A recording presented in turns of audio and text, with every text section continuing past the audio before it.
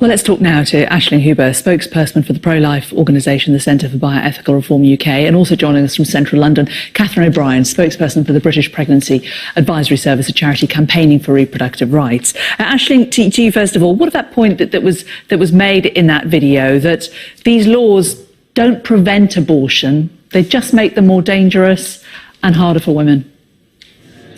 Well, let's just look at the first question. Dangerous for who?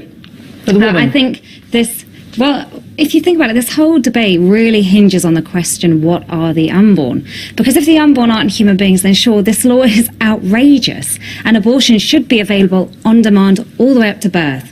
But if the unborn are human beings, then that's a lot more serious, and abortion would be the greatest human rights violation. So that's what we're seeing in America, this debate happening. Alabama is sparking this debate and making us question, what are the unborn? It's making us look at abortion and take all the smoke screens off and look at it and say, are the unborn human beings? Let's look at the science. And we know that science is clear that human life begins from the moment of fertilization. And when we see what an abortion procedure is, I mean, if any of your viewers go online and look. I'm sure we don't all, let's not go into that, because we know what that is. We're talking about the. That's so important to the debate. Of course it is, but we're talking about the morality behind it. Let's put those points to Catherine O'Brien. I mean, Catherine, do you think that Aisling has a point that actually this is reopening a debate that needs to be had, and that we need to re-examine at what point human life does begin, and perhaps that debate has been forgotten?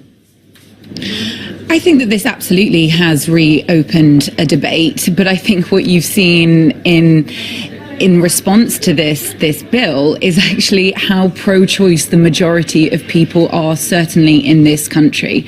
And I think it's actually sparked a new debate about our abortion laws within the UK, particularly in Northern Ireland, where abortion is in effect banned in exactly the same way as it proposes to be so in Alabama. So yes, this has sparked a debate, but what has happened is people have very strongly said they disagree with this ban and they think it's cruel and inhumane. Actually, what about the rights of the woman carrying the child? You're talking about human rights there and the right to life. These women have a right to life, and they have a right to choose about their lives, don't they? Well, when we look at the Universal Declaration of Human Rights, the first right that has to be protected is the right to life, because without it, women don't have the right to choose. So that is fundamental to choice, is having the right to life. So we need to be thinking about both women. Let's say the woman who's pregnant with a female, that little girl has the right to life as well. There's a lot of people who will say, that's an interesting and a valid point, and one worth discussing. But why then is it states like Alabama that have the death penalty, that kill people? Why is it that the same state will say this is all about a right to life, when they're also a state which says we're happy to also be the state that takes away people's right to life? Can you really have it both ways? Well, I'm not going to argue on the situation of the death penalty or anything, because actually, but it's the same principle, isn't it? It's about whether as a human being you have a right to make a decision about this. Well, coming back to the central issue that we really need to discuss here, which is, are the unborn child human beings? And I guess I can understand human beings that are human beings, aren't they? You shouldn't kill human beings if you believe in Christianity, you believe in right to life. You shouldn't kill anybody, no matter what they've done, no matter how reprehensible.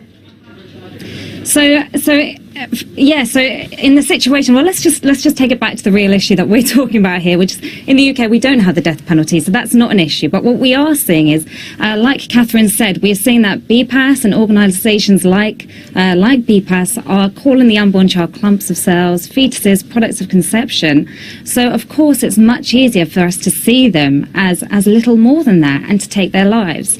But when we look at human rights, basic human rights, abortion is the intentional killing of an innocent human being, and that's the difference between talking about the death penalty and abortion. Abortion targets an innocent human being who is totally defenseless and has no ability to stand up for themselves. They've got no voice for themselves. So that's what we really need to look at. Catherine, in terms of where we are here with the abortion debate in the UK, do you think there will be any change to the situation here, where we have this difference between England and Northern Ireland, and a large number of women travelling across from Northern Ireland to get abortions? How hopeful are you that there will be change? Oh, absolutely. I do believe that at no point since 1967, when our Abortion Act was passed, has there been more of an opportunity for change.